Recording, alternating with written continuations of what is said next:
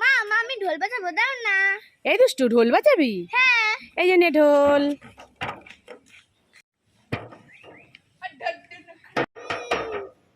মা মা আমি টপ আপ ললিপপ খাবো, দাও না। টপ আপ ললিপপ খাবি দুষ্টু? হ্যাঁ। এই যে নে টপ আপ ললিপপ। মা মা আমি বেলুন চিপস খাবো, দাও না। বেলুন চিপস খাবি? হ্যাঁ। ঠিক আছে, এই যে নে বেলুন চিপস।